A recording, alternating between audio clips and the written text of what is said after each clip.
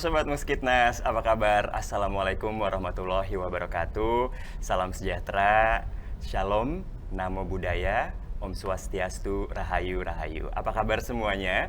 Semoga dalam kondisi baik-baik aja ya, meskipun kita masih di pandemi COVID-19 nih.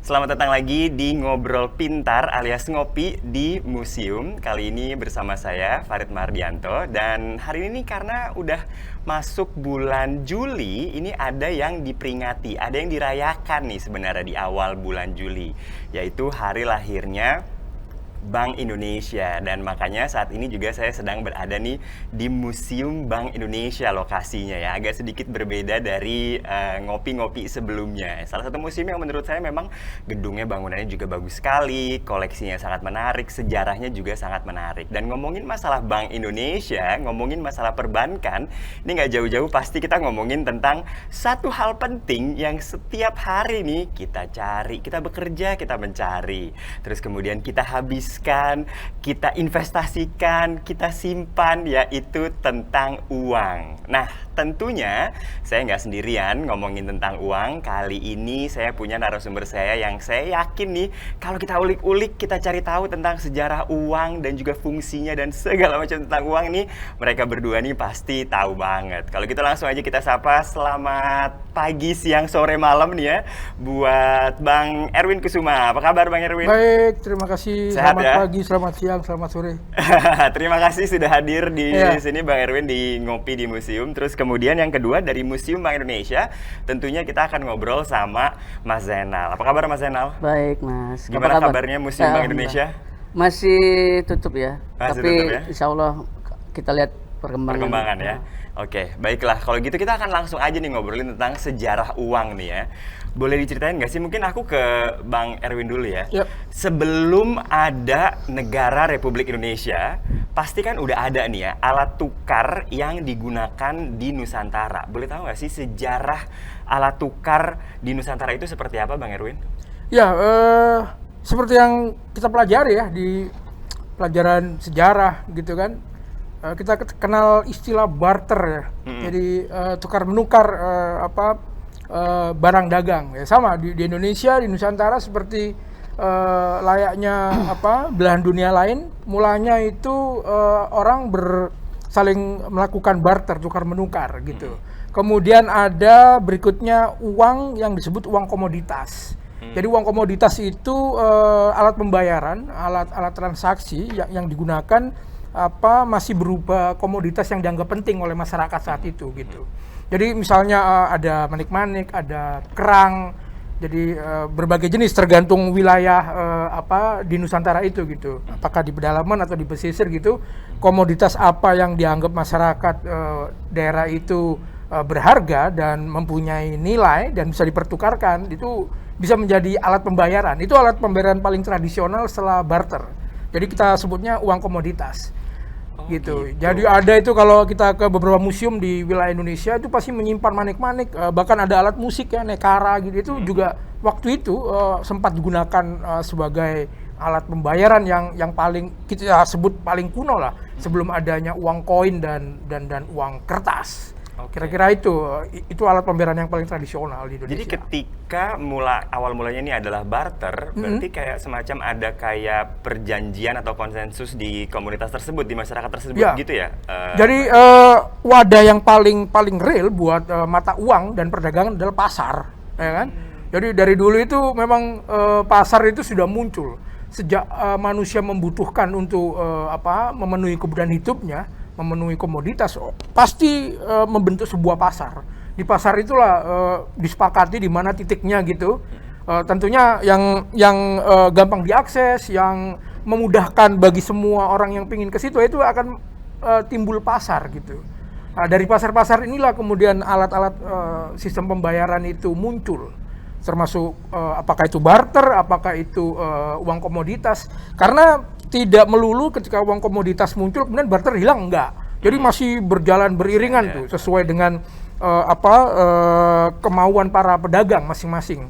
Jadi apakah dia membutuhkan suatu barang itu bisa ditebus dengan uang komoditas atau cukup ditebus dengan barang yang lain yang dia sepakati gitu. Misalnya garam ditukar dengan ikan asin, ya kan, yang paling sederhana untuk kehidupan, misalnya sayur mayur ditukar dengan beras, dengan buah-buahan, itu masih berlangsung terus dari abad dahulu sampai abad-abad kurun niaga, perdagangan. Bahkan hari ini juga kadang-kadang kita melakukan barter walaupun sudah tidak masif gitu ya kan. Barter dengan dunia media sosial, online, digital ini kadang-kadang barter ya kan. Dengan orang meng-announce di media sosialnya, oh gua ada barang ABC, mau nggak kalau ditukar dengan ABC gitu lah. Jadi barter itu sebenarnya insting paling awal manusia untuk saling memenuhi kebutuhannya gitu ya. Baru kemudian muncul alat pembayaran. Ini kebetulan sekali kemarin tuh saya baru ke pasar ya, pasar Lowak nih Bang Erwin, dan kebetulan tuh si penjualnya tuh nulis di depannya gitu kayak terima barter, barang apa aja mau gitu. Itu berarti kan itu adalah yang memang dilakukan dari zaman dulu. Dan Itu sampai sekarang tuh insting, masih, naluri ya kan, naluri orang untuk saya butuh A, kemudian ada nilai di barang B itu sesuai, ya bisa dipertukarkan dengan mudah gitu kan. Dulu misalnya Indonesia itu pernah memproduksi pesawat ya, kemudian dibarter ya, dalam tanda kutip, quote and quote, dibarter dengan Thailand, kemudian dikirim ketan beras misalnya. Itu juga bisa aja berlangsung walaupun alat pembayaran juga mulai masif. Udah ada gitu ya. Udah ada. Oke. Gitu. Tapi kalau misalnya kita ngomongin masalah zaman dulu nih, ada nggak sih alat bukti gitu ya, alat tukar tertua di Nusantara yang ada mungkin di sekitaran Indonesia itu, gitu di yang Nusantara? saya sebut tadi itu Nekara di Museum Nasional. Saya pernah lihat manik-manik gitu ya. Kalau di Museum BI nanti mungkin Mas Jenal yang akan menjelaskan apa yang tertua di sini gitu. Tapi ada kerang-kerangan gitu ya. Mungkin kerang itu warna-warninya bermacam-macam gitu kan, sehingga itulah alat-alat komoditas yang pertama kali dipertukarkan di Nusantara gitu. Oke, baik. Kalau gitu sekarang aku mau nanya ke Mas Zainal nih. Tadi kan barter, terus kemudian ada uang komoditas. Nah, kalau misalnya uang sendiri, fungsinya selain kemudian akhirnya menjadi alat tukar, ada fungsi lain nggak sih, Mas Zainal? Oh, ini loncatnya. Ya, sebetulnya pada saat itu ya, tadi setelah barter, ada lagi masa uang ketika di Indonesia itu uang paling tua kalau nggak salah itu yang ditemukan di Mataram kuno ya, itu uang Ma, itu tahun abad 8-9, kemudian bergeser lagi ke zaman Majapahit, ada uang gobok. Ini sebenarnya uang tiruan mengadopsi dari uang kepeng Cina yang sebelumnya beredar dan masif ya, dari yang mereka bawa ke Nusantara untuk kegiatan transaksi. Nah, terus selanjutnya sampai dengan kolonial, bawa uang VOC Portugis, kemudian sampai dengan masa kerajaan Islam, kemudian sampai dengan nanti masa Belanda, Jepang, dan lain-lain. Nanti mungkin bisa dibahas lagi. Nah, terkait uang, pada masa selain sebagai alat transaksi, alat tukar, uang juga dijadikan alat untuk simbol identitas bangsa dan sebagai penegak kedaulatan, khususnya pada masa Ori. Uang Republik Indonesia, uang pertama sebelum rupiah, itu dicetak oleh pemerintah. Pada masa itu Ori dicetak karena pada saat setelah kemerdekaan, Indonesia itu masih menggunakan uang-uang asing yang masih beredar. Ada uang Jepang, ada uang yang dicetak oleh di Zapaspang, dan uang pemerintahan Hindia Belanda, ditambah lagi ada uang Nika gitu. Nah, itu uang-uang itu yang kemudian menjadi alat untuk transaksi di dalam negeri sebelum uang Ori itu diberlakukan. Pada bulan Oktober 1945 itu Saprodin Prawira Negara yang kemudian menjadi gubernur BI pertama itu mengusulkan, waktu itu menjadi anggota badan KNIP ya, untuk mencetak uang sebagai simbol kemerdekaan sekaligus untuk menegakkan kedaulatan melalui uang, karena uang-uang yang beredar masih uang asing gitu.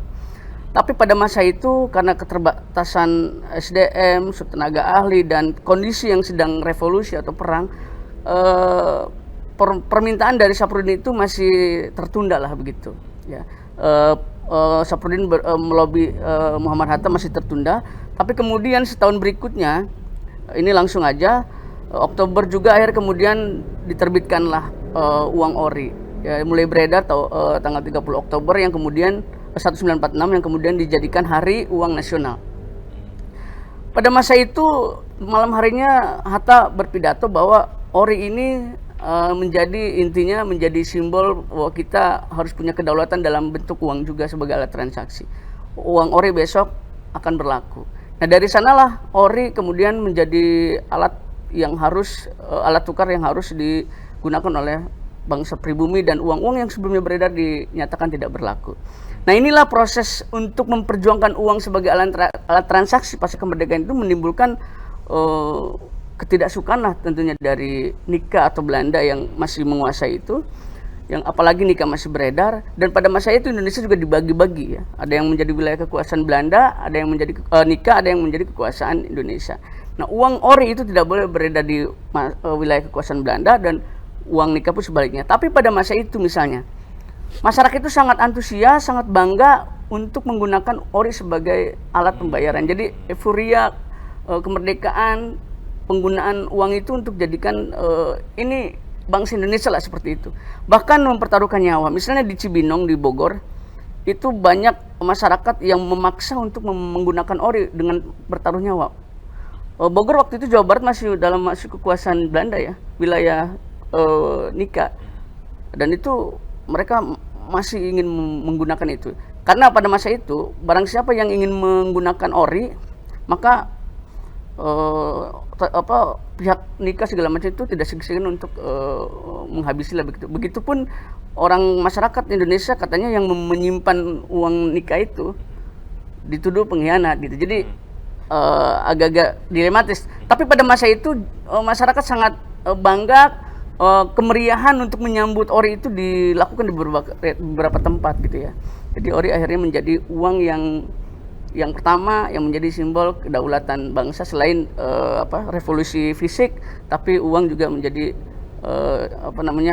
identitas baru untuk memperjuangkan kemerdekaan kita gitu. Oke, cuman aku membayangkan ya kalau misalnya kan tadi ada pergantian, ada perubahan penggantian uang yang digunakan tuh banyak gitu kan di masyarakat, terus kemudian diganti menjadi ori. Itu keribetannya kayak apa ya, Mas Zainal? Pernah ada narasi susah logistiknya, apalagi dengan kita secara kepulauan gitu kan, betul, itu pasti ribet sekali kan? Betul. Jadi ori itu pada masa diberlakukan itu memang mengalami keterbatasan ya, karena beberapa daerah kita diblokade. Belum lagi keterbatasan sarana penghubung untuk menyebarkan, kemudian blokade ekonomi, bahkan upaya-upaya Nika untuk mengacaukan ekonomi dengan terbitnya ori itu dengan cara memalsukan ori itu juga terjadi sehingga menimbulkan inflasi. Jadi pada masa itu ketika ori dibentuk memang diterbitkan prosesnya penuh perjuangan, Mas. Jadi dari mulai mencari bahan bakunya, mencari tempat percetakannya, sampai kemudian berpindah-pindah tempat. Dari mulai Jakarta, bulan Januari dicetak, Maret atau Mei terhenti. Kemudian karena pada masa itu masih dikuntit oleh tindakan-tindakan blokade dari Nika atau Belanda, kemudian dipindahkanlah ke Yogyakarta gitu ya. Kemudian dicetak lagi juga di Solo, di Malang, bahkan di Ponorogo, itu wilayah-wilayah yang relatif aman dari pendudukan Nika. Jadi pada masa itu mereka siang malam ya, dari jam pagi sampai malam lah pokoknya untuk memproduksi uang Nika. Jadi sangat berdarah-darah dalam tanda kutip ya untuk menerbitkan uang Nika itu. Uang ori itu. Uang ori itu ya. Makanya jadi uang yang sekarang kita pegang mungkin kalau misalnya kita telisik lagi sejarahnya nih, dulu orang untuk memperjuangkan bisa dicetak nih uang Indonesia saat ini itu saat itu maksud saya itu pasti juga sangat perjuangan dan sangat berat. Oke. Jadi dulu ada ini Mas, ada istilah perang uang.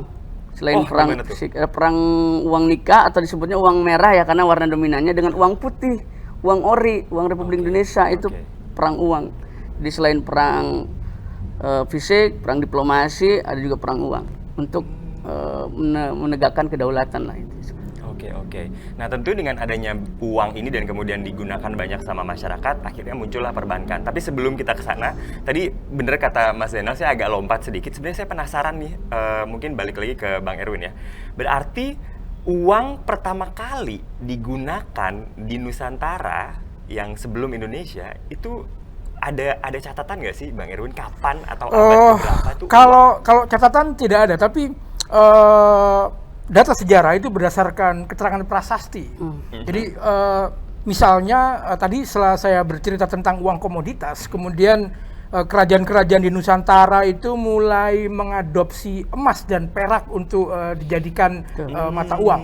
Jadi flow-nya adalah barter, kemudian ada uang komoditas, itu ada manik-manik, ada benda-benda yang dianggap bernilai. Itu kemudian dunia dan juga Indonesia, Nusantara itu beralih ke penggunaan logam. Nah, logam mulia itu emas dan perak saat itu. Nah, itu kalau ditanya catatannya dari mana, itu prasasti. Prasasti yang menyatakan misalnya pajak di suatu wilayah Mataram kuno atau di Kerajaan Majapahit itu menggunakan mata uang apa, itu jelas sekali, dan mata uang itu bisa diidentifikasi apakah itu emas, apakah itu perak dari data-data penggalian arkeologi gitu. Kemudian selain mata uang emas dan perak ini kan kita berpikir ya mahal sekali ya. Iya, jadi logam emas kemudian dijadiin transaksi dibawa-bawa setiap hari ke pasar tuh agak perak juga kalau gitu ya. kita sekarang ada uang emas mungkin menjadi memorabilia ya, kita simpan ya. Artinya nilainya nggak akan terkonversi dengan baik gitu ya. Kemudian ya sesuai dengan ini aja, dengan naluri perdagangan gitu. Kemudian dari emas perak turun lagi ke tembaga, penggunaan logam tembaga. Jadi ada kasta-kasta uang gitu ya. Uang emas itu digunakan di periode abad 8 ke belakang gitu, emas dengan perak karena nilainya masih tinggi dan jumlah umat manusia dunia juga masih terbatas sehingga emas masih mencukupi gitu ya untuk diperdagangkan. Tapi kemudian emas menjadi sangat mahal, udah ditarik menjadi perhiasan. Perak yang beredar. Perak mahal ya kan? Diganti oleh tembaga misalnya. Jadi yang harus kita pahami dalam alat pembayaran, bahannya dari apa itu berdasarkan ketersediaan bahan gitu. Jadi ketika bahan emas di dunia melimpah ya jadilah emas bahan alat pembayaran, perak melimpah jadilah perak alat pembayaran gitu kan. Kemudian emas dan perak mulai menjadi mahal karena manusia semakin banyak gitu kan. Jadi kebutuhan terhadap emas dan perak semakin tinggi. Akhirnya barang semakin terbatas, muncul kemudian tembaga gitu. Tembaga menggantikan uang, tentu nilainya turun gitu. Sehingga kita akan mengetahui dari prasasti-prasasti itu bagaimana uang-uang zaman dahulu ketika uang emas, uang perak itu nilainya nilai tertentu, kemudian menjadi tembaga, menjadi uang apa yang kita kenal kalau sekarang itu uang receh ya, gitu, ya kan? Kemudian masuk, kemudian budaya uang Cina ya, uang Cina itu terkenal dengan nama uang kepeng. Uang kepeng itu biasanya kalau di artefak-artefak nanti di Museum BI bisa dilihat itu logam, kemudian ada bolong tengahnya gitu. Dulu itu menggunakannya diikat tali menjadi satu rentetan, nah itu dibawa kemana-mana uang kepeng gitu ya. Nah, uang kepeng itu kemudian yang tersebar luas di masyarakat, di pasar-pasar gitu. Jadi emas perak menghilang, kemudian ada uang tembaga, kemudian Cina membawa budaya uang kepeng juga dari tembaga. Kemudian di Jawa muncul juga tadi Mas Jenal bilang ada gobok Majapahit yang mereplikasi uang kepeng itu, bahkan ada yang bahannya dari timah kemudian. Kita ingat bahwa Bangka Belitung itu penghasil timah ya, sehingga muncul timah dan beberapa daerah itu mulai mengadopsi timah sebagai mata uang, dan itu berlangsung waktu zaman Belanda, zaman VOC, kemudian ke Hindia Belanda, ini mulai turun uang dengan bahan timah gitu.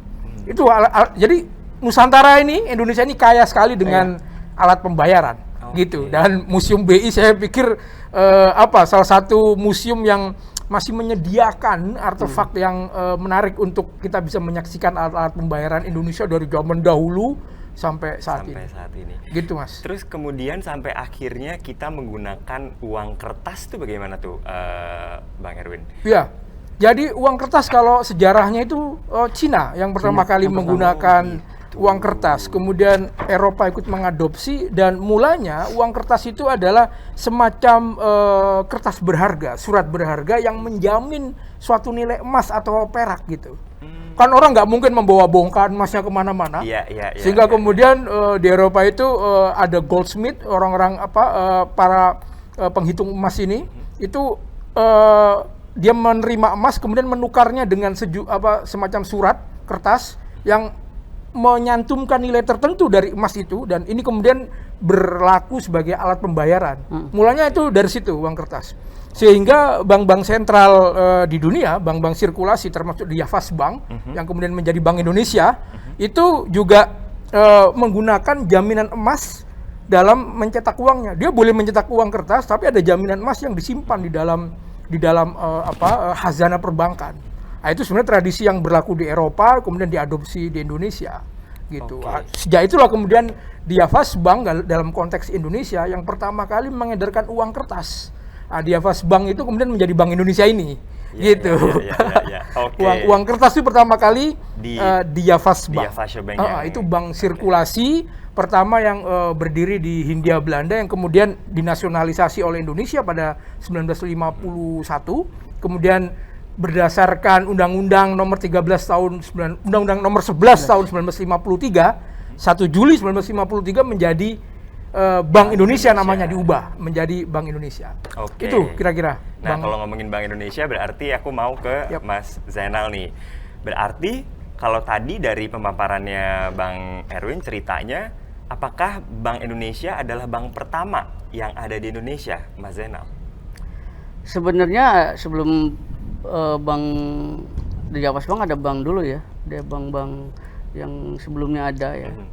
Dan pada saat itu memang bank di Yavas Bank itu dibentuk karena salah satunya untuk melakukan pengaturan uang segala macam. Jadi di tahun 1828 di Yavas Bank didirikan, dan kemudian mengedarkan uang atau bank sirkulasi. Jadi pada masa itu masih diberikan dua kewenangan. Pemerintah Belanda menerbitkan uang 5 gulden ke bawah, dan Yavas Bank 5 gulden ke bawah. Ini persis dengan ketika nanti Bank Indonesia menjadi Bank Indonesia dengan pemerintah. Bank Indonesia menerbitkan uang 5 rupiah ke atas, pemerintah menerbitkan uang 5 rupiah ke bawah kan. Jadi hampir sama. Nah, pada masa itu Yavas Bank itu menjadi bank yang berkembang, tidak hanya di Batavia, tapi kemudian mendirikan juga di cabang-cabang. Namanya Bank Jawa ya, tapi karena operasinya kemana-mana, kemudian misinya juga besar ya. Akhirnya juga mengakomodir juga para pedagang pada masa itu, perkebunan juga meningkat, maka mitra-mitra makin banyak. Dibangunlah cabang-cabang di berbagai tempat di wilayah-wilayah yang lain. Oke, kalau misalnya kita ngomongin tentang Bank Indonesia, ini kan adalah satu bank yang spesial gitu ya, bank yang khusus karena memang bank sentral. Tapi mungkin Mas Zainal bisa cerita kira-kira apa sih khususnya, istimewanya Bank Indonesia ini? Bank Indonesia? Ya tentu Bank Indonesia karena bank sentral ya, kemudian menjadi bank sentral, walaupun pada masa itu ada juga bank-bank yang milik pribumi lain ya, tapi kemudian Bank Indonesia dijadikan bank sentral NKRI. Pada masa nasionalisasi dari Yavas Bank itu memang mulainya dari 151, kemudian berproses dan sampai kemudian muncul Undang-Undang Nomor 11 53 melalui Undang-Undang Pokok Bank Indonesia, akhirnya diubah namanya menjadi Bank Indonesia. Dulu pada masa proses penggantian nama itu juga terjadi masukan-masukan nama, misalnya ada yang mengusulkan nama Bank Jawa, ada yang mengusulkan nama Bank Sirkulasi Indonesia saja, ada yang mengusulkan nama Bank Sentral Indonesia. Tapi kemudian ada satu komite yang dibentuk gabungan oleh pemerintah untuk memproses nasionalisasi ini. Akhirnya menetapkan bank sentralnya namanya Bank Indonesia. Salah satu alasannya karena lebih cocok untuk komunikasi internasional. Nah, kenapa di Yavas Bank yang dipilih untuk menjadi Bank Sentral Indonesia? Karena pada masa itu DZB itu sudah mapan lah, personilnya sudah kuat, infrastrukturnya sudah ada, jadi tinggal tinggal meramu dan mengindonesiakan dalam di aspek-aspek yang lain ya. SDM juga sambil jalan, kita juga membangun rekrutmen dan mendidik para bankir-bankir untuk tenaga-tenaga ahli juga untuk mengembangkan Bank Indonesia ke depannya. Jadi sejauh itu Bank Indonesia kemudian menjadi bank yang selain dia menerbitkan uang pada masa demokrasi terpimpin, bahkan dia dikirim peleton juga Bank Indonesia. Ada peletonnya juga untuk operasi Dwi Kora, bahkan tujuannya untuk membuka wilayah bank di Papua dulu ya, di Irian Barat. Itu. Oh, iya. Yang kedua dari segi bangunannya ya. Ini bangunan ini selain dibangun sebagai gedung untuk korporasi atau korporat, juga dia ada nuansa keindahan yang diselipkan di situ. Ada prasasti di sana, prasasti keindahan. Jadi bank ini tidak semata-mata bangunan, tapi banyak makna-makna dan keindahan-keindahan yang memang sengaja diselipkan oleh arsiteknya, Cuypers dan Hurwitz dan sebagainya. Nah, inilah yang kemudian dua itu. Yang ketiga ada perpaduan lokal ya. Ini kan gaya neoklasik. Ini neoklasik dan kemudian ada bahan-bahannya juga dari bahan-bahan langka, Mas. Jadi pada masa kolonial, pada masa bangunan ini dibangun, gedung DJB itu pada masa itu teknologinya yang termasuk yang langka di sini. Ada teknologi buat pancang 300 buah itu dari teknologi yang dulu belum ada di Indonesia. Terus kemudian bahan-bahannya berkualitas tinggi dari mulai granit, keramik itu didatangkan langsung. Termasuk ada kaca-kaca patri yang bercerita. Kaca patri itu jumlahnya ada 314. Itu Mas kalau bisa melihat di situ dari mulai pintu masuk itu sudah ada sampai ke ruang-ruang yang lain itu bercerita dari mulai bercerita wilayah operasi DJB, kemudian komoditas-komoditas unggulan yang menjadi wilayah perdagangan pada masa itu yang menjadi komoditas unggulan kayak berbagai macam tema juga ada kayak fotografi, menari itu ada semua. Jadi itu yang istimewa. Dan tentunya keistimewaan ini menjadi kekhususan tersendiri ya. Karena di museum-museum yang lain juga punya keistimewaan tersendiri ya. Betul. Jadi mungkin keistimewaan kita di sana termasuk koleksi-koleksi uang yang kita juga termasuk lengkap gitu. Lengkap ya. Kalau yang paling tua dari kapan atau jenis uang apa tuh? Kalau yang ada di Tata Pamer di uang mak ya, uang masa Mataram kuno. Oke. Terus kemudian sampai uang NKRI ada. Uang NKRI ada ya. Oke. Dan juga tentunya kebijakan-kebijakan pemerintah terhadap uang juga di sini di Museum Bank Indonesia ini diceritakan. Nah, karena bulan Juli ini sebenarnya adalah bulan yang spesial gitu kan, baik itu buat Bank Indonesia dan juga sebenarnya buat perbankan Indonesia. Ini mungkin aku agak sedikit melenceng, cuman aku penasaran. Tanggal 1 Juli itu kan dirayakan sebagai hari lahir Bank Indonesia. Tapi kemudian saya sempat baca kalau hari Bank Nasional itu beda, tanggal 5 Juli. Nah, ini kenapa ada perbedaan ini nih? Dan berarti 5 Juli ini dirayakan atau diperingatinya sejak untuk hari apa gitu?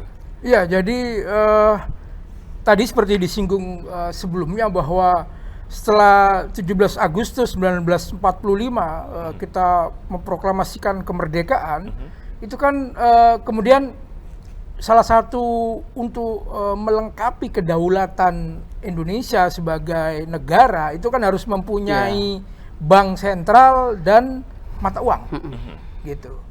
Sehingga para founding father kita itu begitu merdeka, itu memikirkan motornya banyak. Ada Muhammad Hatta, wakil presiden, ada Syafruddin Prawira Negara yang waktu itu memang dari awal sudah terlibat di urusan sosial dan keuangan. Ada Maramis yang menjadi menteri keuangan gitu ya, dan banyak lagi, ada Sutikno Slamet yang menyiapkan berbagai surat, aturan-aturan untuk menyiapkan kelahirannya ORI.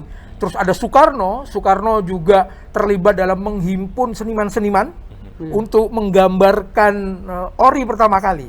Nah, tapi ORI ini tidak bisa diterbitkan sebelum Indonesia mempunyai bank sentral atau bank sirkulasi. Maka keluarlah Penpres, penetapan presiden yang berlaku pada 5 Juli 1946 itu kita mendirikan bank sirkulasi, namanya Bank Negara Indonesia, BNI. Gitu. Yang kemudian memang sejarah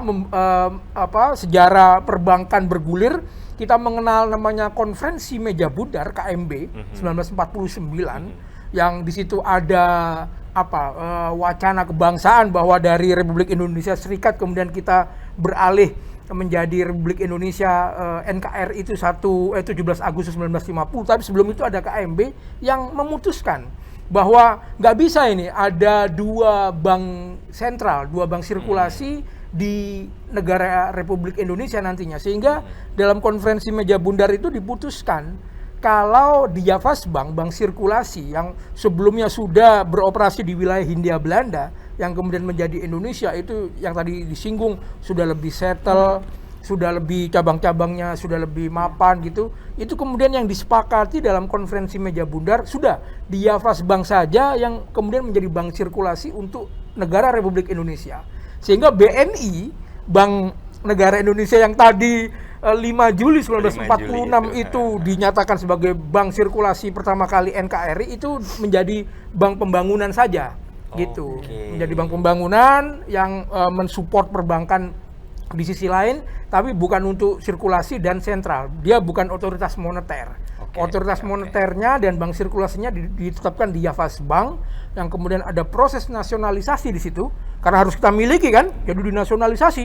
Itu artinya kita beli, Mas. Saham-sahamnya yang dilelang di Belanda itu dibeli oleh negara Indonesia 9,8 juta gitu rupiah di kurs saat itu ya. Saat itu. Gitu, itu dibeli saham-sahamnya kemudian menjadi milik Indonesia, diundang-undangkan tadi itu 1 Juli 1953. Sehingga ada 5 Juli, ada 1 Juli.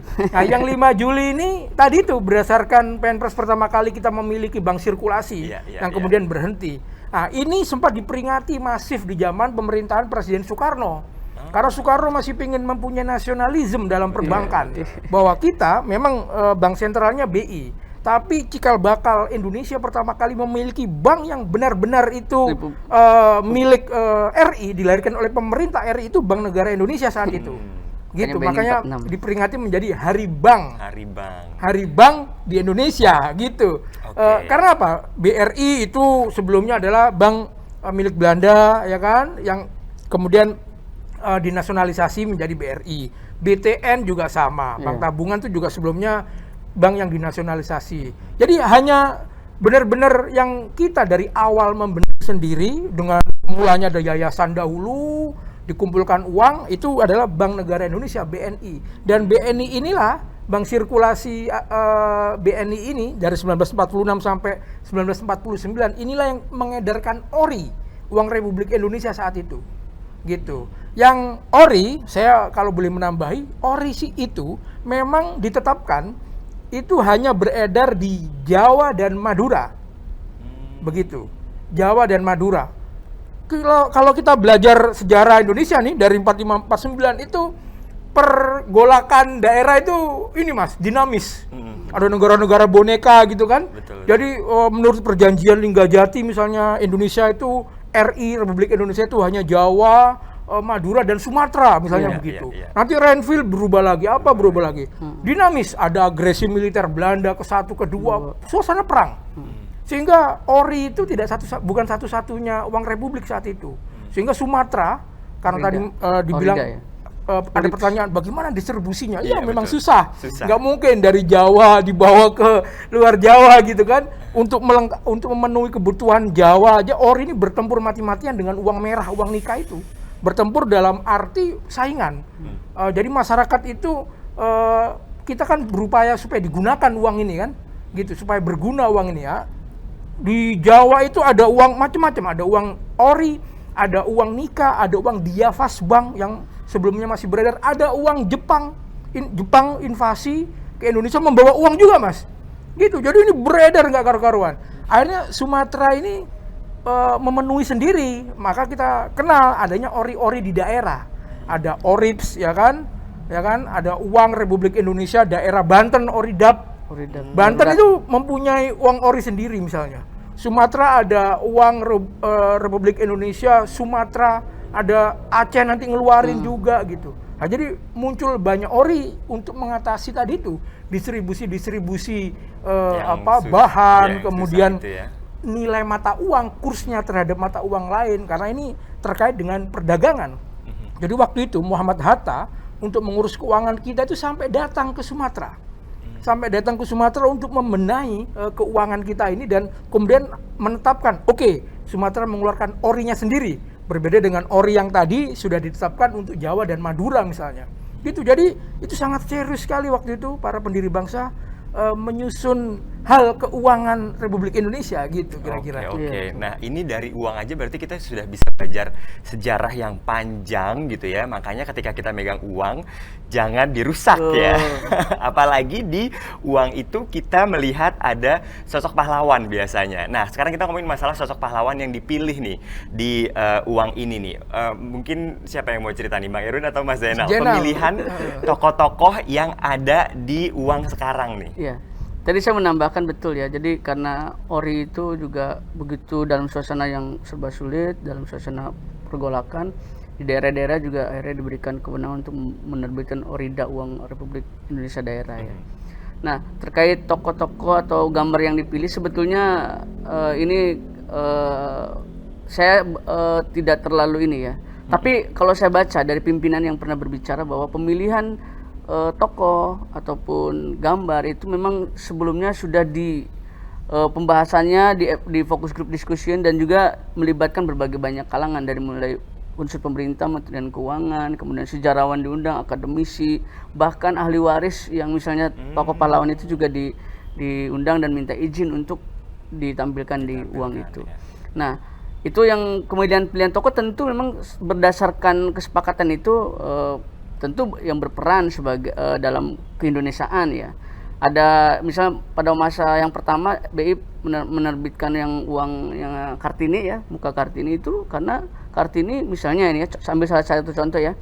Karena sebagai dianggap pahlawan perempuan yang menjadi pembuka jalan, tokoh emansipasi perempuan yang modern dan punya gagasan keindonesiaan masa depan pada masa itu. Jadi Kartini. Terus kemudian banyak gambar-gambar misalnya tentang kekayaan alam kita, budaya itu sekaligus menjadi sebagai nation building dan nation branding. Jadi dua itulah yang kemudian menjadi semacam perayaan bahwa kita itu bangsa yang kaya, punya banyak budaya, dan nilai budaya ini mencerminkan kekayaan yang kita miliki gitu. Jadi pertimbangan-pertimbangan itulah yang kemudian dijadikan alasan uang sebagai sarana juga untuk menambahkan rasa kebangsaan gitu. Melalui gambar, melalui tokoh inspirasi yang pahlawan ataupun seri-seri lain yang ditampilkan di uang. Jadi ini tapi melibatkan pembahasan yang panjang, diskusi dengan berbagai kalangan, konsultasi dengan berbagai pihak, termasuk izin terhadap ahli waris kalau misalnya yang ditampilkan uang seri pahlawan itu. Oke, baiklah. Ini kita sudah membahas sejarah uang, sejarah alat tukar, sejarah Bank Indonesia, dan juga akhirnya tadi baru aja kita membahas tentang pemilihan tokoh di uang yang kita pegang sekarang. Ini sepertinya kita sudah mencakup semuanya gitu ya. Oke, baiklah. Kalau gitu sepertinya cukup episode kita di kali ini tentang merentang sejarah rupiah. Terima kasih buat Bang Erwin dan juga terima kasih buat Mas Zainal yang sudah hadir di sini. Jangan lupa untuk langsung follow Instagramnya Museum Kebangkitan Nasional di @muskitnasofficial dan juga YouTube Museum Kebangkitan Nasional supaya nggak ketinggalan tentunya ngopi kita di episode berikutnya. Saya Farid Mardianto pamit undur diri, sampai jumpa lagi di ngopi episode berikutnya. Wassalamualaikum warahmatullahi wabarakatuh. Museumku di hatiku, aku berguru kepada